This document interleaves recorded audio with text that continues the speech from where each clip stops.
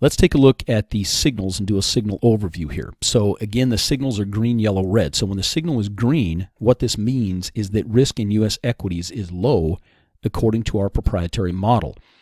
Your biggest market gains are generally made when the signal is green. And when the signal is green, this is your best opportunity for profits in U.S. equities. And what this means within the model is that all internal measures within our proprietary model are in agreement. So they're all saying the same thing, that risk is low, and that's why the signal is green. And this is also your best risk-reward ratio signal, okay? So when the signal is green, that is by far your best risk-reward ratio signal. When the signal turns yellow, just like a stoplight, this means caution, all right?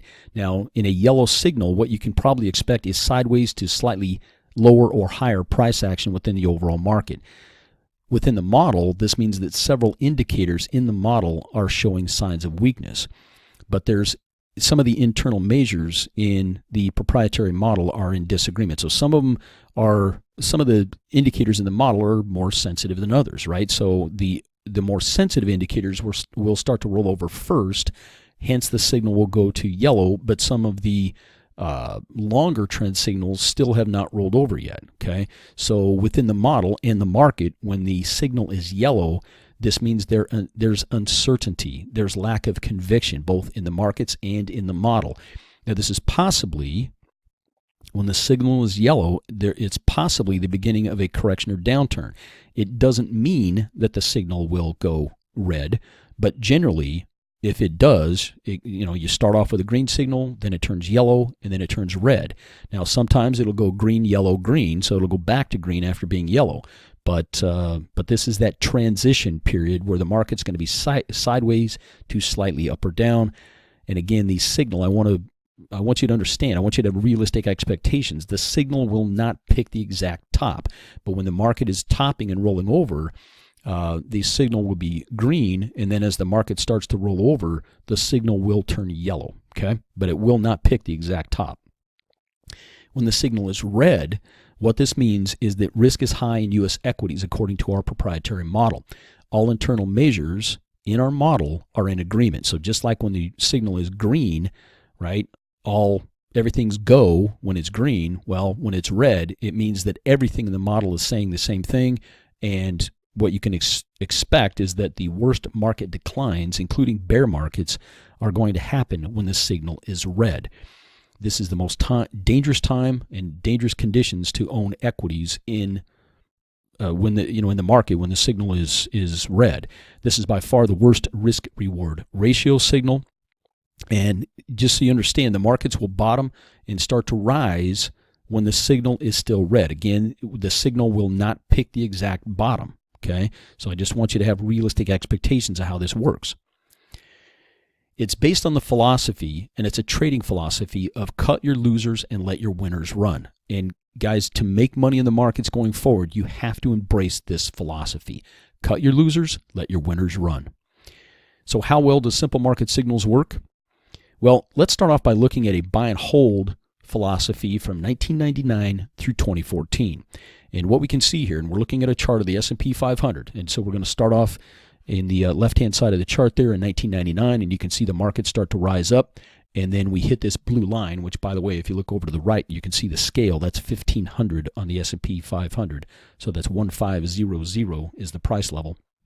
And you can see here we hit 1,500 for the first time in the S&P 500 in the first quarter of, right around the end of the first quarter, beginning of the second quarter in 2000, and kind of played around in that area for a little while, but it didn't hold. And then we went into that 2000 through 02 downturn. Beginning of 03 is when we finally bottomed, and then the market started to rise again, and it took years to get back to where we were. And you can see here from 2000 through 07 that there was no money to be made underneath that 1,500 level, right? If somebody got in right here, they didn't make, and they were a buy and hold investor, they made absolutely no money, and it took years to get back to break even. Same exact thing happened during this time frame. 07, the markets peaked, started to roll over at the tail end of 07, fell all the way through 08, bottomed at during the first quarter, early second quarter of 09, and then again came back up And finally, we hit that 1500 level again in January of 2013. So what I hope you're taking away from this is that it took, for a total of 12 years and 10 months, almost 13 years, guys, the markets went nowhere. We were trapped underneath that 1500, 1550 price level. You can see it over here to the right. Finally, in January, February of 2013, the markets finally broke above that 1500, 1550 level and started to rise, okay? So this is the problem with the buy and hold investment philosophy. Buy and hold investing over longer periods of time, you can lose an entire decade or more where you make absolutely no money. Okay, so now let's drill down on that 2000 through 03 time frame using simple market signals. Now understand that this is backtesting, okay, because I didn't have the model completed then, all right? The model finally came together in 2017, so I want you to understand this is backtesting, but in backtesting this is what would have happened, all right?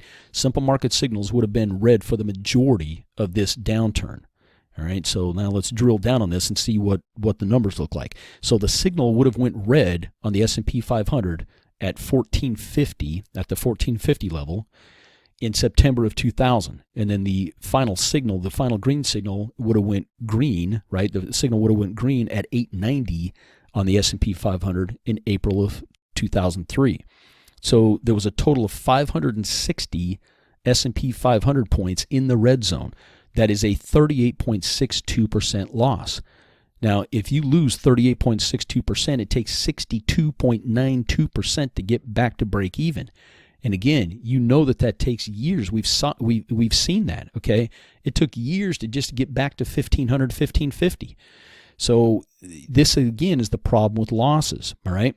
So again, let's take a look at that same chart. So you can see here that during this time frame, the signal would have been red for the majority of that downturn. Now, let's really zero in here. Let's focus in on this time frame because I want you to understand that there's what's called whipsaws that happen where the market tries to rally and the rally attempt fails. So that initial signal at that 1450 level was here, and you can see here, hopefully you can see where my cursor is, but as we fell down, the market tries to rally here and it didn't hold, all right? The signal would have went green there, and then a week later the rally attempt failed and we got a red signal, okay? And then the market fell again.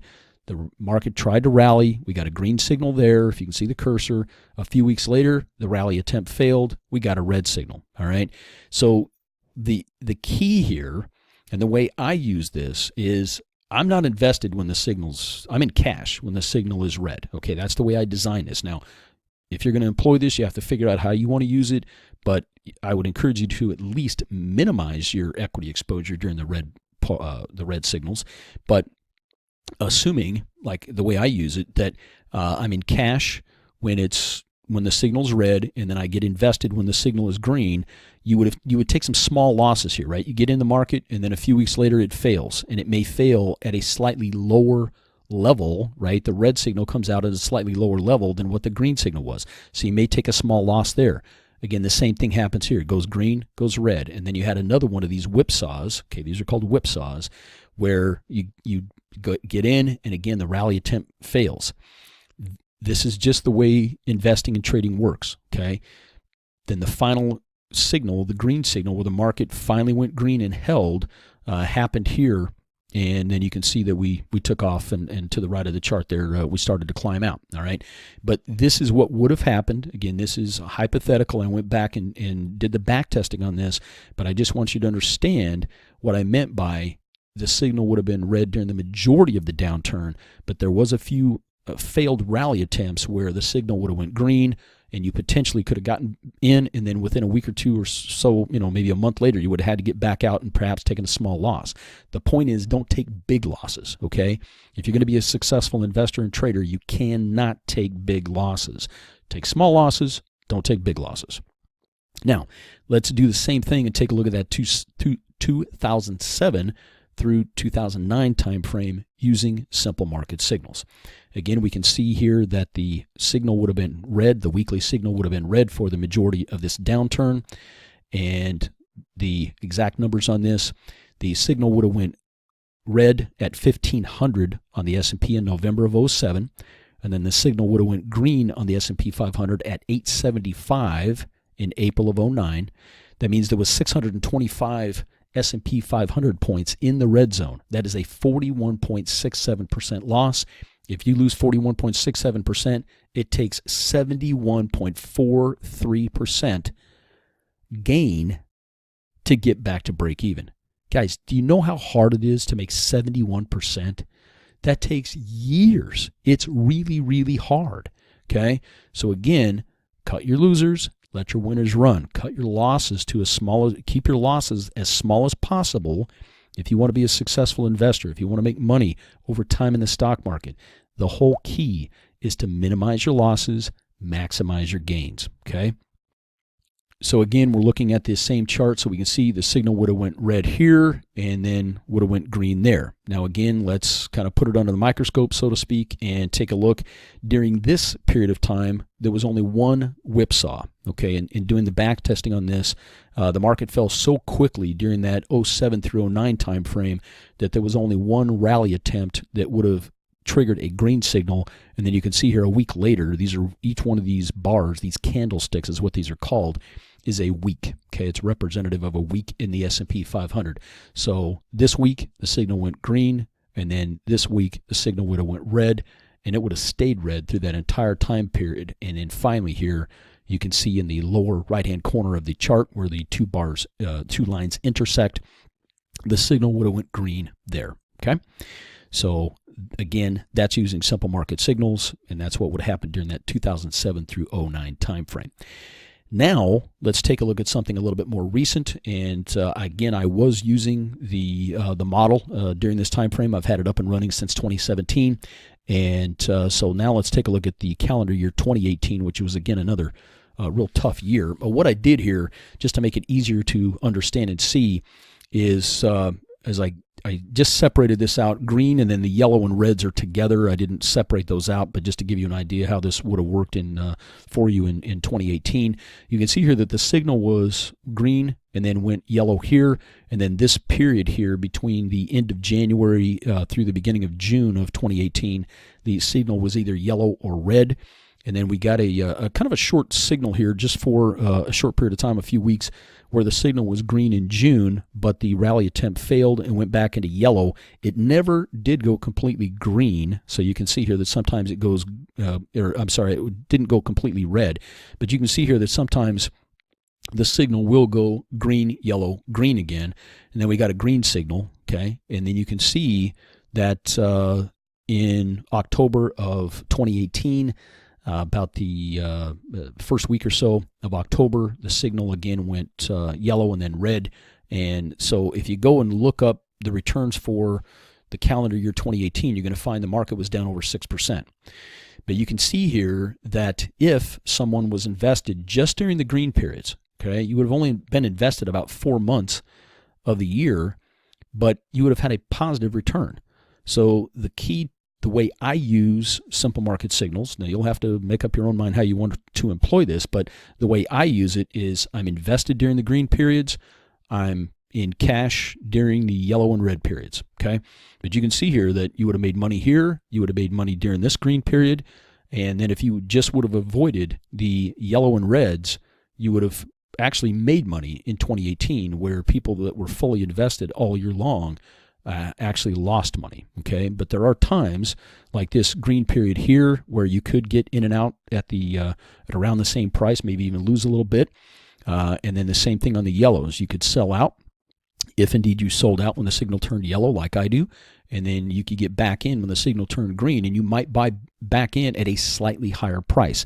That is a reality of using this system. That is a reality of, and really that's just the price you have to pay to cut your losses and let your winners run. There's going to be times where you're going to get these short signals where you might have to buy in at a slightly higher price, okay? Or you buy in and then you sell within a few days or a few weeks at a slightly lower price. That is just the reality of investing in this manner, all right? So let's summarize these charts. If you were to reduce or eliminate your equity exposure during the red signals, and then increase and maximize your equity exposure during the green signals, you would potentially lose less and potentially make more.